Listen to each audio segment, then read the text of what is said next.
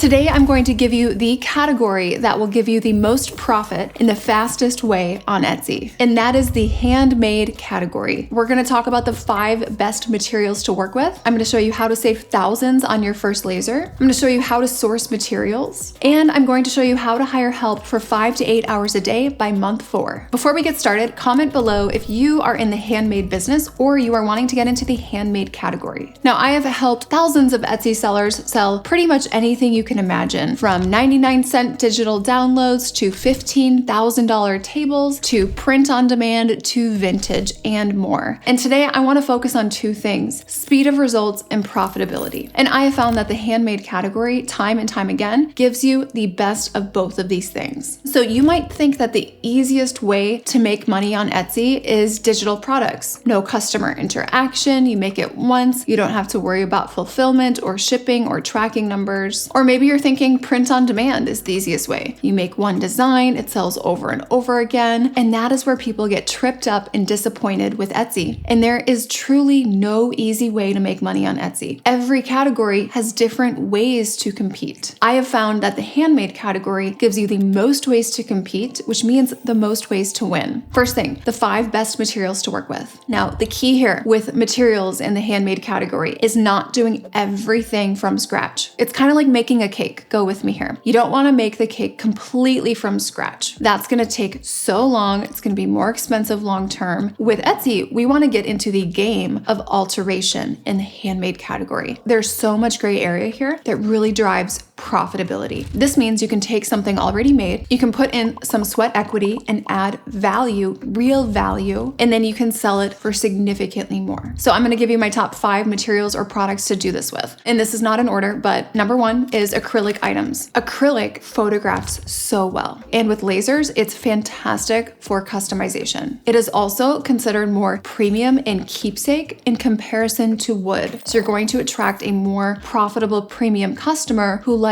the finer things and they're willing to pay for it. The second thing is embroidery. Along similar lines here, embroidery attracts a profitable customer, and it's going to be a much different customer than someone who would buy just a normal screen printed shirt or something with vinyl on it. The third material, or let's say product category, would be adult clothing. This is a higher average order value in comparison to kids clothing, and it's much easier to charge a premium on Etsy for adult clothing in comparison to kids clothing. And remember, we're doing alterations. We are not making something from scratch. The fourth thing would be florals. Specifically, I would say wedding florals, because these can also be then repositioned as shower florals. So bridal shower, baby shower. It's something they're going to be spending money on, whether it's with you or someone else. People are going to have flowers at their wedding. I love selling in that category because the decision to spend the money, it's already been made. Now they're just deciding who to spend it with. And that is where you can compete in so many ways. The fifth thing is resin. I once had a student. Her name's Courtney. She was a nurse. Her husband was in school. She started on Etsy because she wanted a different life for her family. Within just a few months, she's making $13,000 in profit per month. And it was all through resin. It's fantastic for customization. I always recommend choosing items that photograph well if you are starting out from scratch. Next, let's talk about lasers. If you're going to invest in one tool for your handmade business, I highly recommend investing in a laser. The ROI on this is insane. And I actually recommend X Tool. And out of our thousands of students, that is by and far the most popular. It has fantastic customer support. The consistency and reliability of the machine is great. And specifically, if you're starting out with a laser, let's say you want to spend under $1,000, I would recommend their D1 Pro 10 watt, and I would recommend the refurbished one. It's $499. It includes the enclosure. If you're looking for something a little bit more powerful, then I would probably recommend the P2. That is also something you would upgrade to once you get your business really going and cash flow coming in with the D1. We will link both of these below as well as a couple others if you're interested. Now, if you're like, well, how do I know I would make money with this? I have a student. He actually came on the channel recently. We did an interview. His name's Eric. He made $438,000 on Etsy in his first full year. I was just in my thinking mode, just writing down all these ideas, and I came across men's wallets, and then I searched up men's wallets and I see that you can engrave them. So I was like, okay, that's interesting. I looked into that. A lot of engraving machines, big price range. You know, I got the cheapest one. What have you made on Etsy in total since then? Let's say in revenue. About 700,000. Dang,